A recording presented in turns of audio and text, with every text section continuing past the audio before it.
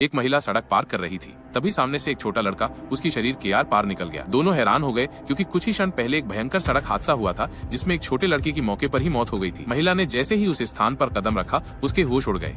वो लड़का वही था जिसे उसने कुछ पल पहले देखा था। दरअसल महिला को भूत देखने की अद्भुत क्षमता थी और वो लड़का अब मृत होकर काले कपड़ों वाले एक आदमी के साथ अपनी आत्मा को उस दुनिया में ले जाने के लिए जा रहा था। नेहा बचपन से अंधी थी। एक दुर्लभ बीमारी के कारण एक दयालु व्यक्ति ने उसे आंखों का कॉर्निया दान किया और ऑपरेशन के बाद उसे पहली बार रोशनी मिली। हालांकि वो सब कुछ धुंधला देख सकती थी और अपनी छवि को आईने में भी ठीक से नहीं देख पाई।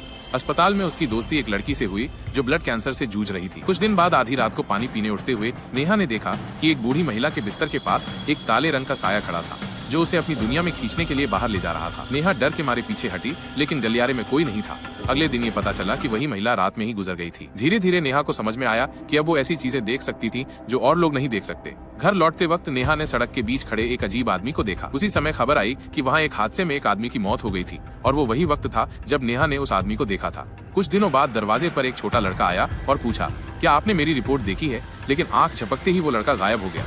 नेहा ने पड़ोसी के घर के दरवाजे पर सफेद लाइटें देखी और जैसे ही पास पहुंची अचानक से अजीब आवाज आई। लड़का सफेद मोमबत्ती खा रहा था। अगले दिन वही सवाल फिर से पूछा गया और इस बार उसकी दादी ने महसूस किया कि नेहा किसी अदृश्य चीज से बात कर रही थी।